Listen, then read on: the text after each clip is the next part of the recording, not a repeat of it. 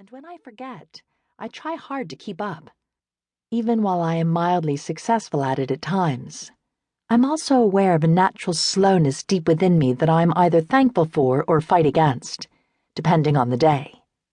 If there's a movement, a buzz, or a current event happening around me, it often takes me so long to process my opinions and perspectives that by the time I've formed some, the movement has moved on, the buzz has died down, and the event is no longer current.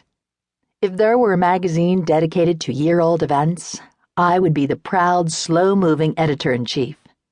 I have to read lines in books several times before I can figure out why they made me cry. Conversations have to be sifted through over a period of days, even a week, before I'm certain if I was fully myself in them or not. The lessons I've learned in my life haven't been showy, glitzy, headline-worthy, or viral material. Instead, they've happened one small step at a time. A shift here, a conversation there, the same prayers over and over again. Sometimes I worry I miss out on opportunities because of this. When I'm alone and haven't had enough sleep and have spent too much time on the internet, I wish I were different. More edge, less curve. While I can get worked up and start pointing my fingers at all the ways the world values the great, the noisy, and the next big thing, I'm hearing a whispered invitation pointing into the center of my own soul. Where have I adopted these systems for myself?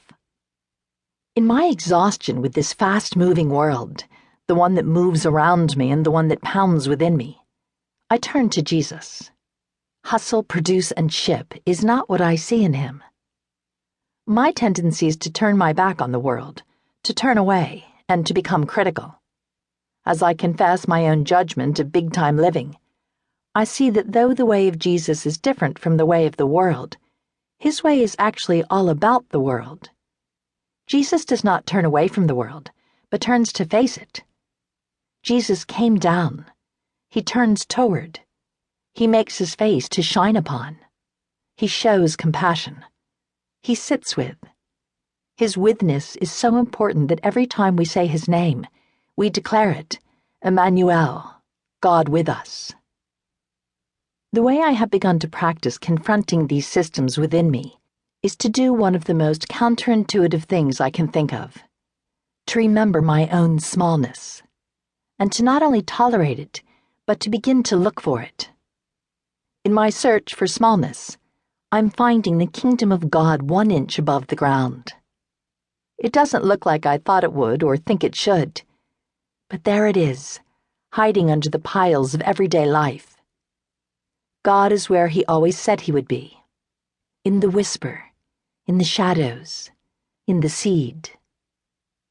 I'm paying attention to the small ways that Jesus and his kingdom shows up in the daily ordinary, in the actual places where I live.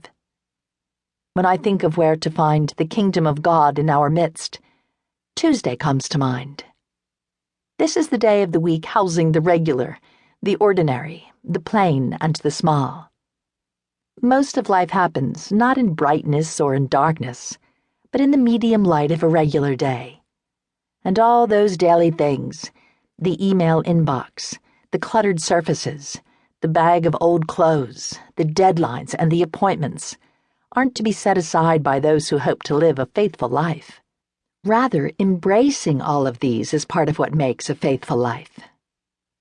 These regular tasks are the unlikely portals into the kingdom of God, and the goal isn't to set them aside, but to recognize Christ with us in the midst of them. The deepest need of my soul isn't a personal organizer or an empty inbox. The deepest need of my soul is Christ.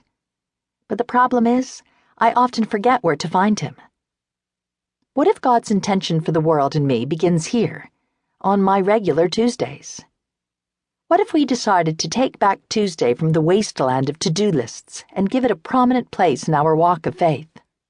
What if, instead of thinking we have to choose between our ordinary life and an extraordinary life, we begin to realize they're the same thing?